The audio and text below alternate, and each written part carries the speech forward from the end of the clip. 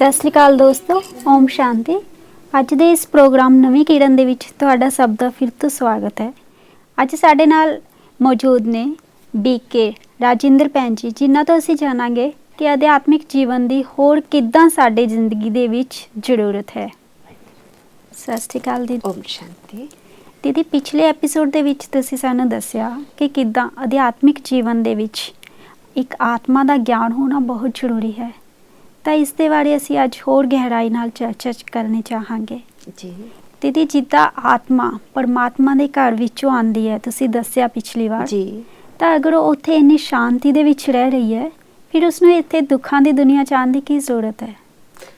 ਬਹੁਤ ਤੁਸੀਂ ਚੰਗੀ ਗੱਲ ਪੁੱਛੀ ਹੈ, ਕਿਉਂਕਿ ਆਤਮਾ ਜੋ ਹੈ ਉਸਦਾ ਨਿੱਜੀ ਜੋ ਆਪਣਾ ਸੰਸਕਾਰ ਹੈ, ਉਸ ਸ੍ਰਿਸ਼ਟੀ ਤੇ ਇੱਕ ਜੀਵਨ ਰੂਪੀ ਖੇਡ ਨੂੰ ਖੇਡਣਾ ਹੈ ਜੀ। ਉਹ ਆਪਣੇ ਗੁਣਾਂ ਦੀ ਪ੍ਰਤੱਖਤਾ ਸਰੀਰ ਲੈ ਕੇ ਇਸ ਸ੍ਰਿਸ਼ਟੀ ਤੇ ਪ੍ਰਤੱਖ ਕਰਦੀ ਹੈ। ਇਹ ਆਤਮਾ ਦਾ ਇੱਕ ਨਿੱਜੀ ਸੁਭਾਅ ਹੈ। ਜਿਸ ਤਰ੍ਹਾਂ ਕੋਈ ਐਕਟਰ ਬਹੁਤ ਹੀ ਖੂਬਸੂਰਤ ਪਾਰਟ ਵਜਾਉਂਦਾ ਹੋਵੇ, ਜੀ ਜੀ। ਪਰੰਤੂ ਜੇਕਰ ਉਹ ਘਰ ਵਿੱਚ ਸੋਇਆ ਰਹੇ, ਆਪਣੇ ਪਾਰਟ ਵਜਾਉਣ ਲਈ ਨਾ ਆਵੇ, ਤਾਂ ਉਸਨੂੰ ਐਕਟਰ ਕੌਣ ਮੰਨੇਗਾ? ਜੀ ਬਿਲਕੁਲ। ਇਸੇ ਤਰ੍ਹਾਂ ਜੋ ਆਤਮਾ ਹੈ, ਉਸਦਾ ਸ੍ਰਿਸ਼ਟੀ ਤੇ ਆਣਾ, ਜੀ ਪਾਰਟ ਵਜਾਣਾ ਇੱਕ ਨਿੱਜੀ ਸੁਭਾਅ ਹੈ। ਇਸ ਕਰਕੇ ਆਤਮਾ ਉੱਪਰ ਨਹੀਂ ਰਹਿ ਸਕਦੀ। ਆਤਮਾ ਨੂੰ ਨੀਚੇ ਆ ਕੇ ਜੀਵਨ ਦਾ ਆਨੰਦ ਲੈਣਾ, ਉਸ ਗੁਣਾਂ ਨੂੰ ਪ੍ਰਤੱਖ ਕਰਨਾ, ਇਹ ਆਤਮਾ ਨੂੰ ਇੱਕ ਖੁਸ਼ੀ ਮਹਿਸੂਸ ਹੁੰਦੀ ਹੈ। ਇਸ ਲਈ ਉਹ ਉੱਪਰ ਨਹੀਂ ਰਹਿ ਸਕਦੀ। ਜਿਵੇਂ ਬੱਚੇ ਦਾ ਨਿੱਜੀ ਸੁਭਾਅ ਹੁੰਦਾ ਹੈ, ਉਹ ਬਾਹਰ ਖੇਡਣ ਲਈ ਦੌੜਦਾ ਹੈ। ਜੀ ਜੀ ਬਿਲਕੁਲ। ਉਹ ਘਰ ਵਿੱਚ ਨਹੀਂ ਰਹਿ ਸਕਦਾ। ਉਸਦਾ ਘਰ 'ਚ ਜ਼ਿਆਦਾ ਟਾਈਮ ਜੀ ਵੀ ਨਹੀਂ ਲੱਗੇਗਾ। ਹਾਂ, ਇਸੇ ਤਰ੍ਹਾਂ ਉਹ ਹਰ ਆਤਮਾ ਇਸ ਸ੍ਰਿਸ਼ਟੀ ਤੇ ਆਪਣੇ ਜੀਵਨ ਦਾ ਆਨੰਦ ਲੈਣਾ ਚਾਹੁੰਦੀ ਹੈ, ਗੁਣਾਂ ਨੂੰ ਉਹ ਪ੍ਰਤੱਖ ਕਰਨਾ ਚਾਹੁੰਦੀ ਹੈ। ਇਸ ਕਰਕੇ ਆਤਮਾ ਸ਼ਾਂਤੀ ਧਾਮ ਤੋਂ ਸ੍ਰਿਸ਼ਟੀ ਰੂਪੀ ਮੰਚ ਤੇ ਜੀਵਨ ਦੀ ਖੇਡ ਖੇਡਣ ਆ ਜਾਂਦੀ ਹੈ। ਮਤਲਬ ਆਪਣੇ ਗੁਣਾਂ ਨੂੰ ਪ੍ਰਤੱਖ ਕਰਨ ਦੇ ਲਈ ਜੀ ਉਹ ਸ਼ਾਂਤੀ ਤੋਂ ਇਸ ਦੁਨੀਆ ਤੇ ਆਪਣਾ ਰੋਲ ਅਦਾ ਕਰਨ ਆਉਂਦੀ ਹੈ। ਜੀ, ਕਿਉਂਕਿ ਇਹੀ ਉਹਦੀ ਚੇਤਨਾ ਦਾ ਆਧਾਰ ਹੈ। ਜੀ। ਇਹੀ ਆਤਮਾ ਇੱਕ ਐਕਟਰ ਹੈ। ਇਹੀ ਉਸਦਾ ਇੱਕ ਇਸੇ ਤੋਂ ਹੀ ਪ੍ਰਤੱਖ ਹੁੰਦਾ ਹੈ ਕਿ ਆਤਮਾ ਇੱਕ ਅਭਿਨੇਤਾ ਦੀ ਤਰ੍ਹਾਂ, ਇੱਕ ਕਲਾਕਾਰ ਦੀ ਤਰ੍ਹਾਂ। ਕਿਉਂਕਿ ਜਿਵੇਂ ਕਲਾਕਾਰ ਨੂੰ ਸੁੱਖ ਨਹੀਂ ਮਿਲਦਾ ਆਪਣੀ ਕਲਾ ਦਿਖਾਉਣ ਤੋਂ ਬਿਨਾਂ, ਆਪਣੀ ਕਲਾਵਾਂ ਦਾ ਪ੍ਰਦਰਸ਼ਨ ਕਰਨਾ, ਇਹ ਵੀ ਆਤਮਾ ਦਾ ਇੱਕ ਸੁਭਾਅ ਹੀ ਹੈ। ਕੀ ਆਤਮਾ ਪਰਮਾਤਮਾ ਦੀ ਸੰਤਾਨ ਹੈ ਦੀਦੀ? ਜੀ, ਜਦੋਂ ਅਸੀਂ ਦੇਖੋ ਕਹਿੰਦੇ ਆ ਨਾ, ਤੁਮ ਮਾਤ ਪਿਤਾ ਹਮ ਬਾਲਕ ਤੇਰੇ, ਤੁਮਰੀ ਕਿਰਪਾ ਤੇ ਸੁਖ ਗਨੇਰੇ। ਵੈਸੇ ਵੀ ਪਰਮਾਤਮਾ ਨੂੰ ਮਾਤ ਪਿਤਾ, ਬੰਧੂ ਸਖਾ, ਸਵਾਮੀ, ਬਹੁਤ ਸਾਰੇ ਸੰਬੰਧਾਂ ਨਾਲ ਉਸ ਨੂੰ ਯਾਦ ਕੀਤਾ ਜਾਂਦਾ ਹੈ। ਪਰੰਤੂ ਉਸ ਦਾ ਬਹੁਤ ਹੀ ਜੋ ਗਹਿਰਾ ਪਿਆਰ ਦਾ ਅਹਿਸਾਸ ਕਰਾਉਣ ਵਾਲਾ ਜੋ ਰਿਸ਼ਤਾ ਹੈ, ਉਹ ਮਾਤ ਪਿਤਾ ਦਾ ਹੀ ਮੰਨਿਆ ਗਿਆ ਹੈ। ਕਿਉਂਕਿ ਅਸੀਂ ਜਦੋਂ ਵੀ ਕਿਸੇ ਦੁੱਖ ਵਿੱਚ ਹੁੰਦੇ ਆ, ਤਾਂ ਉਸ ਨੂੰ ਪਰਮ ਪਿਤਾ ਕਹਿ ਕੇ ਹੀ ਯਾਦ ਕਰਦੇ ਹਾਂ। ਜੀ ਬਿਲਕੁਲ। ਕਿ ਹੇ ਪਰਮ ਪਿਤਾ, ਹੇ ਪਰਮਾਤਮਾ, ਹੇ ਤੂੰ ਹੀ ਮੇਰਾ ਮਾਤ ਪਿਤਾ ਹੈ, ਮੈਂ ਤੇਰੀ ਸ਼ਰਨ ਆਇਆ ਹਾਂ, ਮੇਰੀ ਮਨ ਦੀ ਜੋ ਵੀ ਇੱਛਾ ਉਸ ਨੂੰ ਪੂਰੀ ਕਰੋ। ਤਾਂ ਉਸ ਨੂੰ ਮਾਤਾ ਪਿਤਾ ਦੇ ਰੂਪ ਵਿੱਚ ਜ਼ਿਆਦਾ ਅਸੀਂ ਉਸ ਦਾ ਪਿਆਰ ਦਾ ਅਨੁਭਵ ਕਰਦੇ ਹਾਂ। ਉਂਝ ਤਾਂ ਉਸ ਨਾਲ ਟੀਚਰ ਦਾ, ਸਤਿਗੁਰੂ ਦਾ ਤੇ ਹੋਰ ਸੰਬੰਧਾਂ ਨਾਲ ਵੀ ਅਸੀਂ ਉਸ ਨੂੰ ਯਾਦ ਕਰਦੇ ਹਾਂ।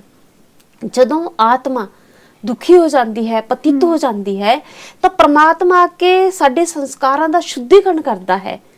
ਪ੍ਰਮਾਤਮਾ ਸਾਨੂੰ ਅਸਲੀ ਸਰੂਪ ਵਿੱਚ ਲੈ ਕੇ ਜਾਣ ਦਾ ਇੱਕ ਗਿਆਨ ਦਿੰਦਾ ਹੈ, ਦਿਵਯ ਗਿਆਨ, ਜਿਸ ਨੂੰ ਕਿਹਾ ਨਾ ਗਿਆਨ ਅੰਜਨ ਸਤਿਗੁਰੂ ਦੀਆ ਅਗਿਆਨ ਅੰਧੇਰ ਵਿਨਾਸ਼ ਕਹਿ ਜਾਂਦਾ ਹੈ ਨਾ।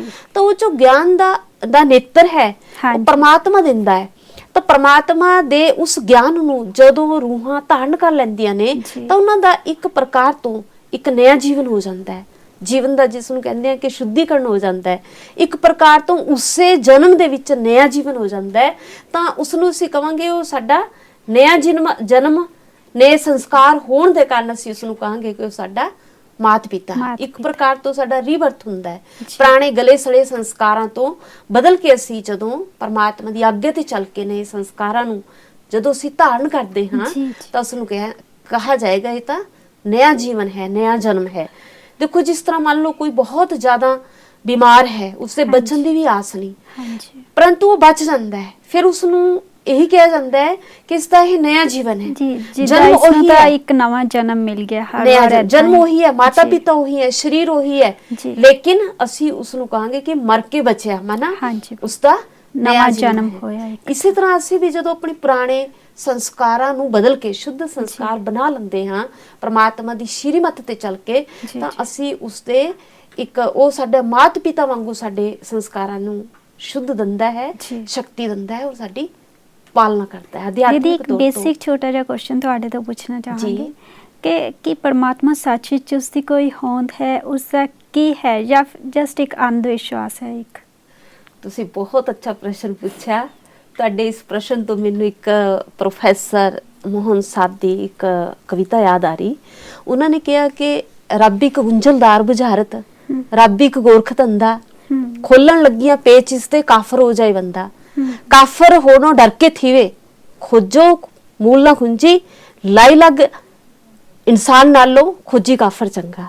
ਸੋ ਤੁਸੀਂ ਜਿਹੜਾ ਪ੍ਰਸ਼ਨ ਪੁੱਛਿਆ, ਤਾਂ ਇਹ ਅੱਜ ਦੇ ਵਿਗਿਆਨਵਾਦੀ ਯੁੱਗ ਦੇ ਵਿੱਚ ਪ੍ਰਸ਼ਨ ਸੁਭਾਵਿਕ ਜਿਹਾ ਉੱਠਦਾ ਹੈ।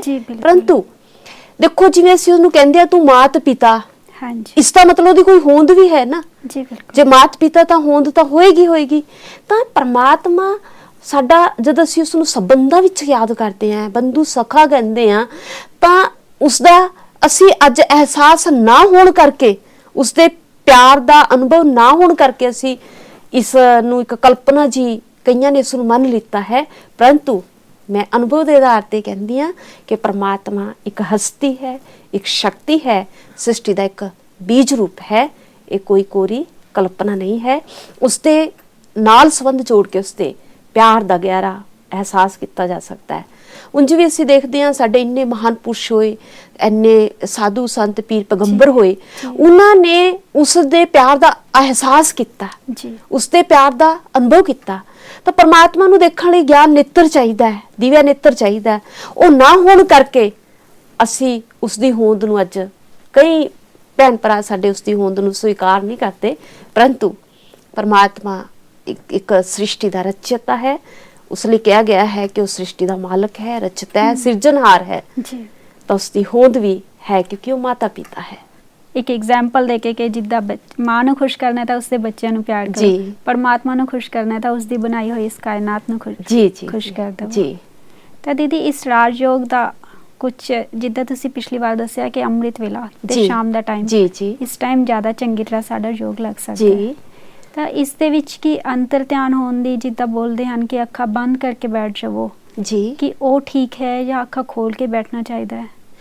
ਵੈਸੇ ਤਾਂ ਆਪਣੀ ਆਪਣੀ ਰੁਚੀ ਅਨੁਸਾਰ ਅੱਖਾਂ ਖੋਲੀਆਂ ਵੀ ਜਾ ਸਕਦੀਆਂ ਨੇ, ਅੱਖਾਂ ਬੰਦ ਵੀ ਕੀਤੀਆਂ ਜਾ ਸਕਦੀਆਂ ਨੇ ਸ਼ੁਰੂ ਚ।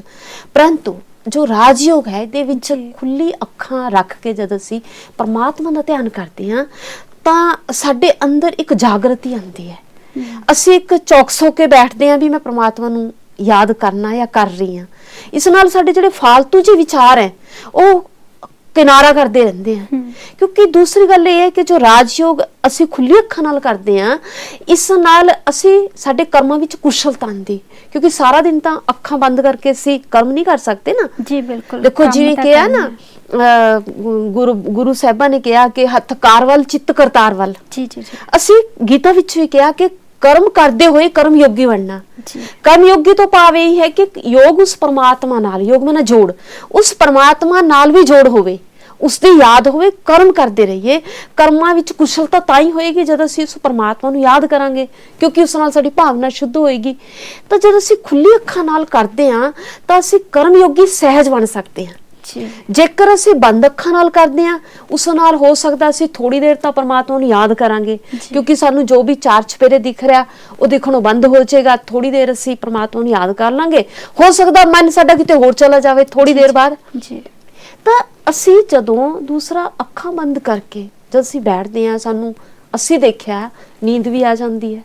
ਇਹ ਸੁਸਤੀ ਦੀ ਨਿਸ਼ਾਨੀ ਹੈ, ਥਕਾਵਟ ਦੀ ਵੀ ਨਿਸ਼ਾਨੀ ਹੈ। ਸੋ ਖੁੱਲੀ ਅੱਖਾਂ ਨਾਲ ਜਦੋਂ ਅਸੀਂ ਪਰਮਾਤਮਾ ਨੂੰ ਯਾਦ ਕਰਦੇ ਹਾਂ ਤਾਂ ਦਿਨ ਦੇ ਵਿੱਚ ਵੀ ਅਸੀਂ ਪਰਮਾਤਮਾ ਨੂੰ ਯਾਦ ਕਰ ਸਕਦੇ ਹਾਂ, ਕਿਉਂਕਿ ਉਹ ਸਾਡਾ ਅਭਿਆਸ ਹੋ ਜਾਂਦਾ ਹੈ। ਫਿਰ ਅਸੀਂ ਜੇ ਅੱਖਾਂ ਬੰਦ ਕਰਕੇ ਕਰਾਂਗੇ ਤਾਂ ਅਸੀਂ 1 ਘੰਟਾ 2 ਘੰਟਾ ਕਿੰਨੀ ਦੇਰ ਬੈਠਾਂਗੇ, ਫਿਰ ਅਸੀਂ ਵਿਵਹਾਰਿਕ ਕਰਮ ਨਹੀਂ ਕਰ ਸਕਦੇ ਨਾ। ਸੋ ਉਸ ਲਈ ਇਹ ਜ਼ਰੂਰੀ ਹੈ ਕਿ ਅਸੀਂ ਅੱਖਾਂ ਖੁੱਲੀਆਂ ਨਾਲ ਜੇ ਅਭਿਆਸ ਕਰਦੇ ਹਾਂ ਪਰਮਾਤਮਾ ਨੂੰ, ਤਾਂ ਬਹੁਤ ਹੀ ਅਸੀਂ ਇੱਕ ਬਿਹਤਰ ਯਾਦ ਕਰ ਸਕਦੇ ਹਾਂ, ਬਿਹਤਰ ਤਰੀਕੇ ਨਾਲ ਕਰਮ ਵੀ ਕਰ ਸਕਦੇ ਹਾਂ, ਪਰਮਾਤਮਾ ਦੀ ਯਾਦ ਵੀ ਰੱਖੀ ਜਾ ਸਕਦੀ ਹੈ। ਮਤਲਬ ਇਹ ਦੋਨੋਂ ਕਰਮ ਇਕੱਠੇ ਹੋ ਸਕਦੇ ਹਨ।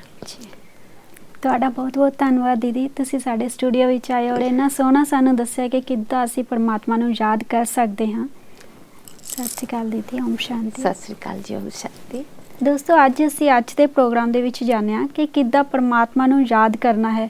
ਸਾਨੂੰ ਇਸ ਦੇ ਲਈ ਕੁਝ ਬੰਦ ਅੱਖਾਂ ਕਰਕੇ ਅਲੱਗ ਤੋਂ ਬੈਠਣ ਦੀ ਜ਼ਰੂਰਤ ਨਹੀਂ ਹੈ। ਇੰਨਾ ਸਮਾਂ ਅੱਜ ਦੀ ਜ਼ਿੰਦਗੀ 'ਚ ਕਿਸੇ ਦੇ ਪਾਸ ਨਹੀਂ ਹੋਣਾ, ਤਾਂ ਅਸੀਂ ਖੁੱਲੀਆਂ ਅੱਖਾਂ ਨਾਲ ਵੀ ਪਰਮਾਤਮਾ ਨੂੰ ਯਾਦ ਕਰ ਸਕਦੇ ਹਾਂ। ਇਸੀ ਵਿਸ਼ੇ ਦੀ ਬਾਰੇ ਹੋਰ ਚਰਚਾ ਦੇ ਲਈ ਅਗਲੇ ਐਪੀਸੋਡ ਦੇ ਵਿੱਚ ਦੀਦੀ ਨਾਲ ਮਿਲਾਂਗੇ। ਤਦ ਤੱਕ ਦੇ ਲਈ ਸਤਿ ਸ੍ਰੀ ਅਕਾਲ, ਓਮ ਸ਼ਾਂਤੀ।